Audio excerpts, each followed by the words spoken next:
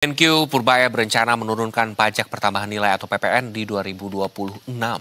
Kebijakan ini disebut bisa jadi angin segar bagi dunia usaha dan masyarakat, apalagi di tengah lesunya daya beli dan tekanan harga yang masih terasa. Namun pertanyaannya, apakah penurunan PPN benar-benar bisa mendorong konsumsi dan pertumbuhan ekonomi? Untuk membahasnya lebih lanjut, kami sudah terhubung secara virtual dengan Founder and Chairman Affiliation Global Retail Association, Bapak Roy N. Mande. Pak Roy, apa kabar? Selamat siang. Selamat siang, Mas Iqbal. Terima kasih sudah bergabung bersama kami, semangat terus. Pak, demi mendorong ekonomi tumbuh, Menkyu Purbaya merencanakan penurunan PPN nih. Apa tanggapan Anda nih terhadap rencana ini? Angin segar, Pak? Summer breeze, Pak? Wow, terengginas. Dalam bahasa kita ya. Jadi ini yang kita harapkan, keberpihakan kepada market, pro market ini menjadi satu sinyalemen yang kuat untuk memperbaiki konsumsi rumah tangga yang merupakan 54% kontribusi dari pertumbuhan ekonomi kita. Nah, kita ketahui bahwa dengan tantangan saat ini di global maupun juga kondisi yang masih berfluktuasi, baik itu dari sisi harga, dari sisi ketersediaan pangan, ketersediaan komoditi, sangat memerlukan keputusan fiskal yang mumpuni. Karena kita ketahui persoalan kita itu adalah persoalan daya beli. Ya, apapun mau dikatakan seperti berbagai pembicaraan, inti permasalahan kita di daya beli. Karena kita tahu bahwa sektor menengah yang turun itu juga signifikan, kemudian juga saudara-saudari kita yang ter-PHK juga signifikan. Itu semua berita yang bisa diketahui bersama-sama. Sehingga daya beli ini sangat menentukan. Nah, PPN adalah salah satu solusi. Ya, solusi, tetapi kami memberi catatan untuk tetap selektif, ya, kemudian juga koordinatif, dan juga senantiasa mitigasi atau evaluasi berkala, sehingga ini dapat tepat sasaran. Baik, tepat sasaran dan makin terengginas ya Pak Roy ya. Pak, menurut Anda berapa angka ideal PPN yang paling bisa mendorong konsumsi tanpa membebani fiskal negara nih? Ya, tentu ketika membicarakan berapa yang baik, kita mengcompare beberapa negara tetangga kita yang juga tentunya ada PPN. Kita hanya hampir sama dengan Filipina. Filipina 12%, nah kita 11%. Tapi kalau kita lihat yang lebih dekat dari kita, Singapura, GST-nya 9%. Kemudian Vietnam, itu 7%. Ya. 7-8%, main di angka situ ya. Thailand juga seperti itu. Kita tahu kemarin baru ada berita bahwa Vietnam mencapai pertumbuhan ekonomi kali pertama dalam satu dekade 7,89%. Hampir 8%. Jadi kami sangat tentunya mendukung akan keputusan ini, karena keputusan ini akan memberikan angin segar ketika kita juga ya ingin meningkatkan pertumbuhan ekonomi kita. Kita tahu Pak Presiden menginginkan pertumbuhan 8%. Tentu itu tidak bisa dibicarakan dalam 1 tahun kinerja. Ya, seperti baru beberapa saat lalu kita mendengar pidato bagaimana 1 tahun kinerja. Tapi ini harus dicapai. Dan ini tentunya harus ada roadmap-nya. Salah satu roadmap-nya untuk mencapai, kita bicara mungkin 3 tahun atau di akhir periode nanti, 2029 baru 8%. Itu menjadi target mungkin. Tapi sekarang harus mulai disusun untuk roadmap-nya. Dan PPN ini melihat dengan situasi kondisi yang tepat di Indonesia adalah tidak lebih dari 10%. Kalau kita bisa membuat terobosan 9%, tentu baik. Tapi nanti ada kaitan dengan tax ratio kita. Tax ratio kita sempat turun dari 8,45, ya, kemudian dari 9,45, maaf, sekarang menjadi 8,9%. Tapi Pak Menteri Keuangan sudah katakan bahwa masalah ekstensifikasi akan ditingkatkan. Yang belum memiliki NPWP, pengusaha, pelaku usaha harus punya NPWP. Yang ngemplang harus dikejar, ya. Harus, dan sudah keluar kan nama-nama, keluar berapa orang, berapa perusahaan, dan lain sebagainya. Nah, ini kinerja yang baik, ekstensifikasi yang dikejar. Ya, bagaimana pajak karbon, bagaimana pajak kripto, ya, bagaimana pajak-pajak yang belum masuk di dalam tatanan PPN atau menyertai PPN maksud saya. Karena kita tahu dari 1.523 di tahun 2024, PPN mengkontribusi dengan pajak barang mewah sekitar 620 triliun. Nah, tentu harus digantikan. dan harus ditingkatkan karena target kita saat ini hampir sekitar 1.800-1.900 triliun. Nah, pajak yang diharapkan. Nah, ini tentunya kami berharap pendapatan pajak tetap tercapai dengan berbagai ekstensifikasi dilakukan, tetapi PPN dapat diturunkan untuk mendukung daya beli. Baik, Pak, dalam sejarahnya kan Indonesia tidak pernah single digit begitu, selalu di 10% atau double digit begitu. Tadi 9% ada konsekuensinya akan ada di tax ratio. Tapi apakah kita bisa nanti sama dengan Vietnam? Karena kita head to head nih sama Vietnam, kalah terus nih sama Vietnam. 7-8% bisa nggak sih Pak? Possible nggak Pak? Ya, tentunya DPR akan mengkaji, kementerian akan mengkaji, silakan saja. Tetapi tentu mengkajinya perlu melihat juga dengan kompetensi. Pertama, kemudian kedua, perlu melihat juga situasi kondisi ekonomi di Indonesia. Ya, dengan segala tantangan, dengan segala keadaan yang real terjadi. Tadi saya sudah sebutkan di awal, PHK, penurunan kelompok menengah, ya. Kemudian ya kita sudah tahu berbagai hal yang ada beberapa perusahaan-perusahaan yang konglomerasi, perusahaan-perusahaan yang nggak pernah kita tahu akan tutup tapi akan menjadi tutup sekarang ya, yang sudah berpuluh tahun eksis. Nah, ini kan harus dipelajari situasi keadaan ini. Nah, tentunya kita berharap, tadi saya katakan 10% pun sudah kembali lagi kepada masa-masa sebelumnya. Tapi kalau sampai single digit itu sangat luar biasa. Karena akan memberi dampak kepada harga-harga barang. Ya.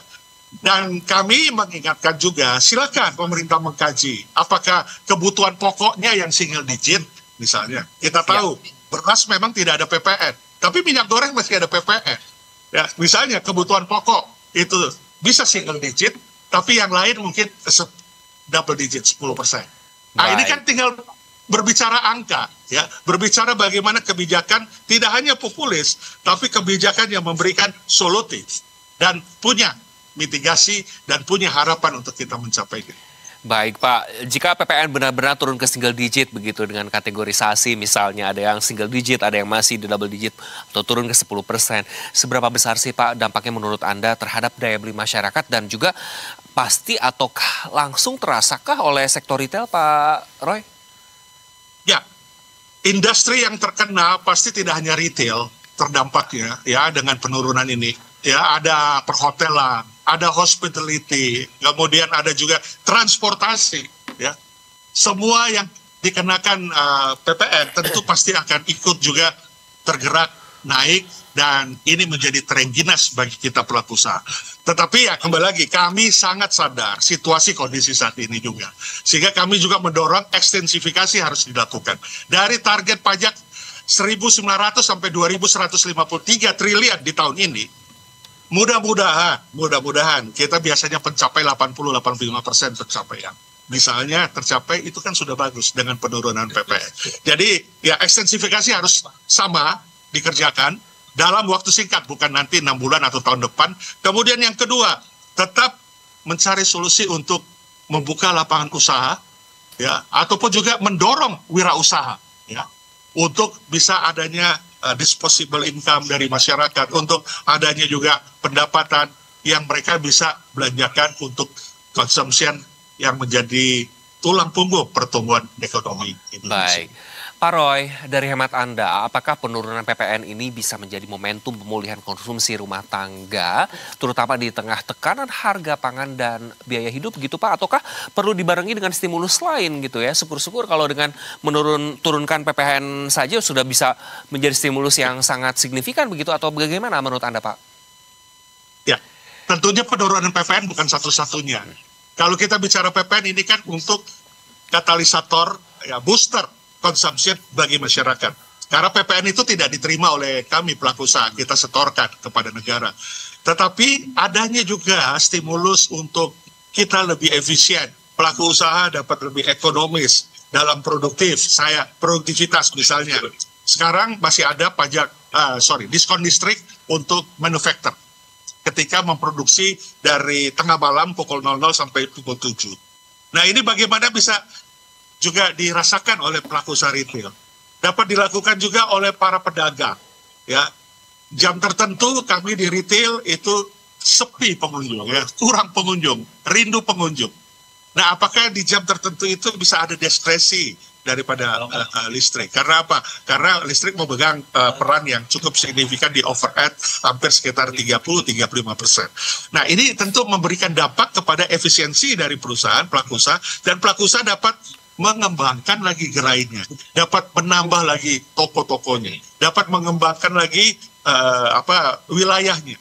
Dan itu semua berdampak, apa yang terjadi di hilir, sektor hilir, pasti akan memberi dampak kepada sektor antara, logistik akan bergeliat baik. Kemudian yang paling dirasakan adalah sektor hulu, para produsen, FMCG, UMKM, mereka yang melakukan produksi, itu tentu akan juga terkena gerus yang baik karena peningkatan daripada sektor hilir. Nah, ini yang perlu dilihat secara agregat, sehingga ini menjadi sesuatu yang bukan hanya sekedar kebijakan populis, tapi ini merupakan solutif, ya, mitigasi atau kontingensi yang selama ini kita rindukan. Ya, kita tahulah selama ini uang itu ada berada di atas. Ya, apalagi sekarang ada berbagai lembaga, ada juga yang menarik uang ke atas untuk rencana yang besar dari pemerintah untuk melakukan investasi dan lain sebagainya. Tapi harus dipikirkan bagaimana uang itu bisa turun juga ke bawah. Ya, bantuan likuiditas, sembako dan lain sebagainya sudah berjalan, tapi daya beli bagaimana supaya ada peningkatan itu perlu ada solutif, dan ini merupakan salah satu solutif dari berbagai solusi yang kita harapkan yang juga berdampak bagi pelaku usaha, sehingga ini memberi dampak pertumbuhan ekonomi kita sesuai dengan harapan 5,6 ya diharapkan ya tahun ini. Kita sudah lewati semester lalu 5,12. Ya, walaupun dengan berbagai polemik, tapi kita positif. Mudah-mudahan kita lebih baik dengan adanya kebijakan PPN yang dikurangi atau diwajarkan dengan situasi kondisi saat ini. Pak Roy, saya menggarisbawahi statement Anda bahwa ini bukan hanya kebijakan populis, tapi sebuah kebijakan solutif yang dirindukan. Kami akan segera kembali, Pak Roy, tetap bersama kami.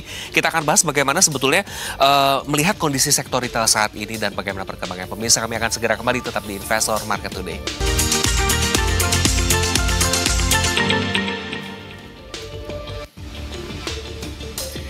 Pemirsa, terima kasih Anda masih bersama kami di Investor Market Today, dan kita lanjutkan dialog yang begitu menarik terkait sebetulnya PPN yang akan diturunkan apakah possible single digit bersama Pak Roy Mande, Founder and Chairman Affiliation Global Retail Association. Pak Roy, bisa dielaborasi terlebih dahulu Pak, saat ini bagaimana sebetulnya Anda melihat kondisi sektor retail? Apakah penjualan mulai membaik begitu atau masih tertahan oleh daya beli masyarakat? Saya mengatakan masih anomali. Mengapa saya katakan anomali? Kita lihat fakta lapangan saja. Kita nggak berbicara sebagai akademisi atau sebagai pengamat yang memang melihat secara tatanan keseluruhan. Tapi kita melihat lapangan. Retail itu ada di mana? Retail itu ada yang standalone, dan retail itu ada di pusat belanja atau di mall. Diri kita ketika kita datang ke mall, kita bisa lihat dengan mata kepala sendiri. Yang berbelanja, yang membawa satu kantong, ya kantong belanja, ketika mereka berbelanja di toko retail, itu berapa banyak? Bertimbang dengan yang makan, minum, ngafe, ya, atau ngeteh, ya, di gerai-gerai coffee shop, atau tea shop, dan lain sebagainya.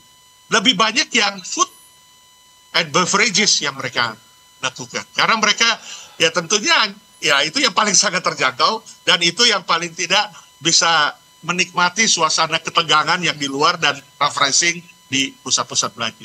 Berapa banyak yang belanja di retail? Sangat minim. Artinya apa? Situasi kondisi saat ini, ya, itu terjadi yang namanya rojali, ya, kita nggak bahas itu lah ya, yang hanya jalan-jalan saja tanpa beli, ya. Kemudian banyak apa istilah itu, yang memang sekarang terjadi. Mau dikasih diskon berapapun, yang akhirnya juga motong-motong margin daripada retail, itu nggak terjadi saat ini. Ya karena apa? Karena sourcing of revenue, disposable income, atau pendapatan masyarakat yang memang tidak sama dengan masa atau waktu-waktu sebelumnya. Nah ini kan harus di-address oleh pemerintah, nggak bisa di-denial oleh pemerintah. Kenyataan atau fakta lapangan. Nah inilah yang membuat kami terus berkomunikasi untuk libatkanlah selalu pelaku usaha di dalam membuat satu delik atau satu regulasi atau satu peraturan, baik itu pemerintah pusat maupun pemerintah daerah yang pro market. Ya. Karena apa? Karena nggak ada jalan lain. konsumsi masih tulang punggung ekonomi Indonesia. Kita belum bertumpu pada ekspor. Kita belum bertumpu pada investasi. Kita apalagi dengan pengeluaran pemerintah ya, rumus PDB kan itu. Baik. Pengeluaran pemerintah malah dialokasi untuk downgrade. Nah, satu-satunya konsumsi. Ya. Nah, ini yang harus diperhatikan. Ya. Jadi ini kami mendorong untuk bagaimana juga retail bisa bergeliat. Jangan sampai retail juga menjadi satu multiplier effect yang berdampak untuk kita tutup. Kalau retail tutup, bukan soal mengenai kami punya kerugian atau kami punya masalah, tapi masyarakat dalam memenuhi kebutuhannya atau keperluannya, baik itu makan minum, itu juga terganggu. Ya, retailnya tutup. Karena kami yang memiliki harga fix, harga yang memang sudah real, ya, tidak dipermainkan harganya. Kami penjaga stabilitas harga sebenarnya, dan juga ketersediaan barang konsumsi. Nah, ini kita mesti dijaga retail, proteksi retailnya. Ya, bukan retail itu bisa hidup sendiri karena dianggap, wah ini kan padat modal, padahal kita padat karya. Dan kenyataannya juga memang sudah ada beberapa rekan-rekan kami yang tutup. Nah, kalau kita berkaca karena Agra itu adalah tidak hanya retail domestik, tapi kita ada di Asia Pasifik, kita punya kolaborasi dengan retail-retail atau asosiasi di Asia Pasifik. Kita melihat contoh misalnya, ya, untuk bagaimana mereka menggerakkan daya beli. Ya, ketika masyarakat supaya di-engage, supaya membeli, ada voucher juga diberikan oleh ada semacam pembayaran dengan handphone atau dengan apa ya, kalau kita sebut QRIS, itu setiap pemakaiannya ada rebate yang balik, ada poin yang balik yang bisa juga dibelanjakan. Bahkan untuk promosi-promosi retail ya di berbagai negara, saya ambil contoh Singapura Great Sale, pemerintah urun untuk membuat advertising di Jakarta. Ada billboard di Jakarta untuk Singapura Great Sale. Nah, bagaimana kita untuk menggerakkan animo masyarakat tidak hanya dalam dan luar negeri untuk berbelanja ke retail? Ini sesuatu hal yang spesifik, tidak bisa di general. Dan ini harus orang-orang retail yang diikut sertakan. Ya. Baik. Tidak, akademisi perlu, tapi yang nyata, yang real mengetahui harus orang-orang retail. Nah, selama ini kami kurang diikut sertakan. Nah, ini yang kita harapkan ada perbaikan-perbaikan sehingga retail juga hidup, masyarakat terpenuhi kebutuhannya ya, dengan jalan kaki saja sudah bisa terpenuhi ya, dan juga ketersediaan komoditi pangan, kebutuhan pokok serta kestabilan harga dapat tercapai melalui transaksi konsumsi di retail. Jadi retail adalah kontributor bagi pertumbuhan ekonomi kita. Baik, retail adalah kontributor bagi pertumbuhan ekonomi. Pak, dari sisi pelaku usaha sendiri, apakah penurunan PPN ini kan akan membuat margin usaha lebih sehat begitu ya Pak? Atau justru lebih kompetitif karena harga jualnya bisa turun begitu ya? Karena kan ada potensi efek domino ke sektor logistiknya, ke bahan baku, dan lain sebagainya. Bagaimana menurut Anda? Ya, jadi kembali lagi, tadi saya sudah state, PPN ini bukan milik kita. Tapi animo masyarakat untuk berbelanja karena PPN-nya turun dan harga pasti juga lebih baik, lebih wajar. Saya nggak sebutkan lebih murah, lebih wajar. Nah, ini tentunya akan memberikan dampak bagi, ya kita tahu lah produktivitas dari retail. Dan kondisinya produktivitas ini membuat kita bisa ekspansi. Produktivitas kita bisa membuat promosi. Ya, yang sekarang terjadi adalah ya, pada saat pekan tertentu, bulan tertentu, kita diminta diskon spesial. Tapi apakah ada yang diberikan kepada kami? Kami potong margin. Ya, kami berharap dengan potong margin ada kenaikan belanja.